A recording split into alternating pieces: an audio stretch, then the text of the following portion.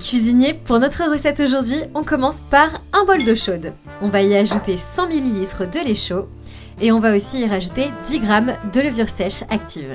Allez, on complète avec une cuillère à soupe de sucre et ensuite on va également pouvoir rajouter 2 cuillères à soupe d'huile. Maintenant, on va s'aider d'un fouet et on va commencer à bien mélanger, à bien remuer jusqu'à ce qu'on obtienne un mélange très homogène. Lorsque vous constatez que la levure s'est dissoute, vous pouvez arrêter de remuer et c'est prêt. Maintenant, on va pouvoir ajouter 300 g de farine tout usage à ce mélange. On ajoute également une cuillère à soupe de sel. On ajoute une bonne cuillère à soupe de beurre. Le beurre ici peut être salé ou alors doux. On utilise bien nos mains pour mélanger et pétrir jusqu'à ce qu'on obtienne une pâte. Ça, c'est le résultat de notre pâte.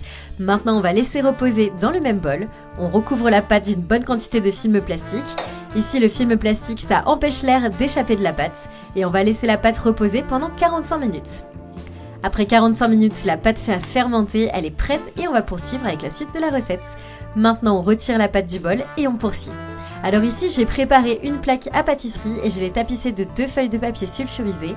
On ajoute dessus une bonne quantité de farine et on place la pâte sur la plaque et à l'aide de nos mains, on lui donne la forme d'une pâte à pizza. Donc ici, j'ai étiré la pâte avec mes mains jusqu'à ce que ça prenne cette forme. Ensuite, on n'a plus qu'à couvrir la pâte avec un torchon et on la laisse fermenter pendant encore 15 minutes supplémentaires. Pendant ce temps, on prépare l'assaisonnement. On va commencer par mettre 2 gousses d'ail râpées dans un bol. On va ajouter une généreuse cuillère à soupe de beurre salé.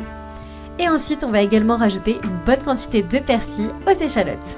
Allez, on va préparer une pâte absolument parfaite qui va rendre notre pain encore plus savoureux, plein d'assaisonnements délicieux. Une fois qu'on a bien mélangé tout ça, notre assaisonnement est prêt. Et après 15 minutes, notre pâte a fermenté et elle est prête. Donc ici, à l'aide du bouchon d'une bouteille, on fait des petits trous dans la pâte. Ici, vous le faites vraiment bien délicatement, c'est pas nécessaire d'appuyer trop fort. Le pain, il sera parfait avec une garniture très savoureuse et du fromage fondu. Donc là, à ce stade, on n'a plus qu'à répéter l'opération jusqu'à ce qu'on ait fait des trous sur toute la pâte. Ensuite, on étale tous nos assaisonnements sur la pâte.